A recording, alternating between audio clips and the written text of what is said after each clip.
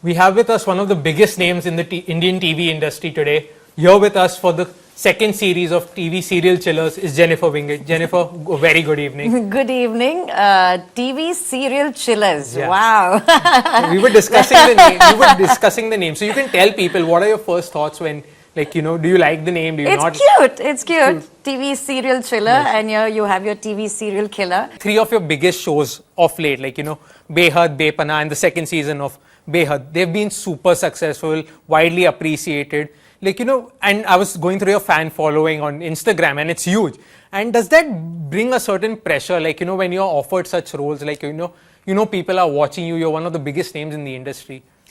I mean, of course, I know it sounds a little cliched, but that's really the kind of pressure that I enjoy. I'll say that for sure. And it kind of, pushes me to go one up and get better prepped at my skill, at my craft. And all I can say is I perform better under pressure. But I will also say that before, any of my show, before I start any of my shows, I am a nervous wreck also. There are all kinds of what-ifs that go in my head. So it's imperative that, I be my own cheerleader. And I give myself that boost of confidence. I think the trick is to find that sweet spot, that right balance, to give your best shot when you're given an opportunity. You worked as a child. So when you work with child artists now, is there something you tell them that you learned? Man, today's children know everything. Okay. Like, I swear, they will teach me a few things. Okay. So when I started, I didn't even know how to hold a makeup brush or whatever. But today, it's not like that. Okay. They will teach us a few things. A lot of people in the team love this show, Dil Mil Gaye, and it's one of your most famous shows. Did you ever expect it to be such a big hit back in the day? Or what do you think worked? I think it was already a big show, before I entered the show. So I just hope to kind of seamlessly fit into the show. It was, so I also had a lot of friends on that show. So it was just, for me, it was just like taking that leap of faith. And if there's anything that I would have done differently had DMG released today, I would have focused more on my acting. Yeah, that's it. No points for guessing what. Okay. One of your most complex characters was Maya from Beyhadh. Right. And unlike movies, like, for TV, you end up being that character for a much longer duration. Right. How do you deal with the emotional and mental impact that the character has on your, like, normal life, like, and how do you detach from it after you're done? I think as an actor, you learn that on the job, right? It's, how do I explain this?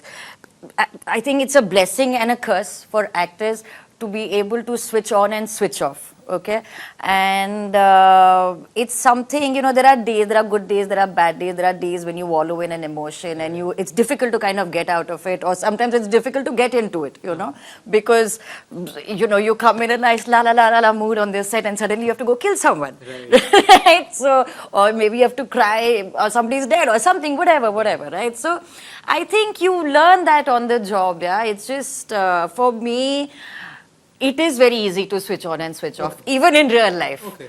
When I'm done, I'm done. Okay. When I'm not done, then I'm not done, no matter what. Okay. But this character had, like, love, revenge, hatred. It had, like, one moment you're up, the moment you're down. Correct. So, like, It was amazing. It was very challenging, for sure. And, but that is what is the most satisfying, thing about acting is that the challenging bits are more satisfying. Right. One of your most physically challenging roles was Code M.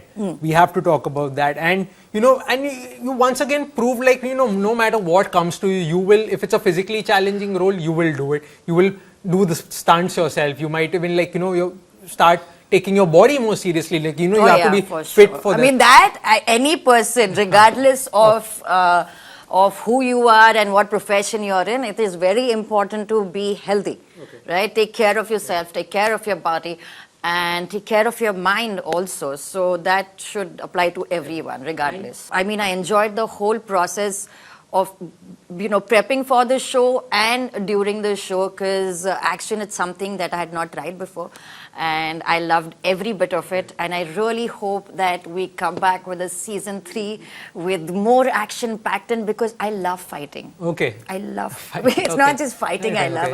I love action. Right. And fighting also sometimes. Okay. We've seen in the early 2000s, and now is a complete change. Oh, yeah, for sure. So, how has your process as far as choosing stories and scripts changed? I have always gone by my gut. Okay. I've always followed my instinct, and it has worked for me so far, and I hope that it always works for me. And it's all about having that great story. For me, over anything else, it's the content. It's a great story, and everything else comes after. So if I feel it, I feel it. If I don't, that explains why I take such long breaks between my shows. Okay. And when you get offered a particular project, what matters to you and what doesn't? I said, it's a story that matters to me. It's the character, it's the story that matters to me, and rest everything else is after that. Okay. What's your preferred method, or what do you do when you're just alone? When it's your day off, what do you do to chill, unwind? I become a couch potato. Okay. So I love Netflix and chill. Okay. That's my kind of scene. But no, I love traveling. Okay. If I'm not on the couch, then I'm in the plane. Okay. So I love traveling. I think traveling just resets me. It rearms me, and it gives me that motivation to work, so that I can travel some more. Okay. While growing up, what was your impression of the serials that were there back in the day? Honestly, I didn't watch too many serials that time because I wasn't allowed to. Okay. But I did. I have seen later on in life, once I kind of grew up a little. But man, the depth, the ठहराव जिसको बोलते हैं, those shows were something else. The shows were simpler, but yet so complicated in terms of how the relationships were on the shows. Had so much simplicity, yet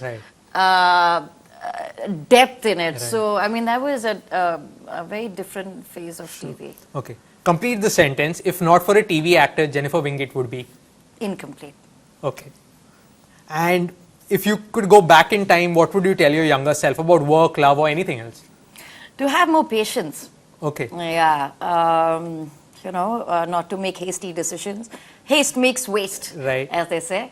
And you did good, kid. You did good. These characters that you've played, did it take time for you to connect to any one of them? Have there been any?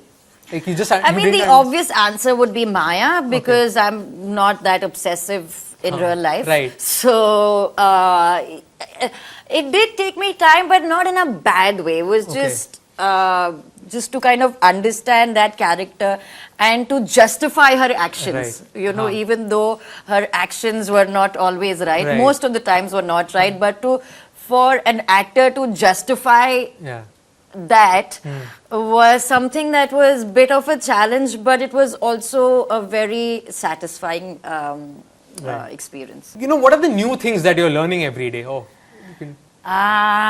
things that I'm learning every day is that I think the way we act now is changing. It is more real. It is more subtle. It's not about ta-da, ta-da, ta-da anymore. It is, but there is evolution that has come in acting as well, where not everything has to be spoon-fed to the audience. The audience is evolving, so the actors are evolving, so the content is evolving. So I think it's just kind of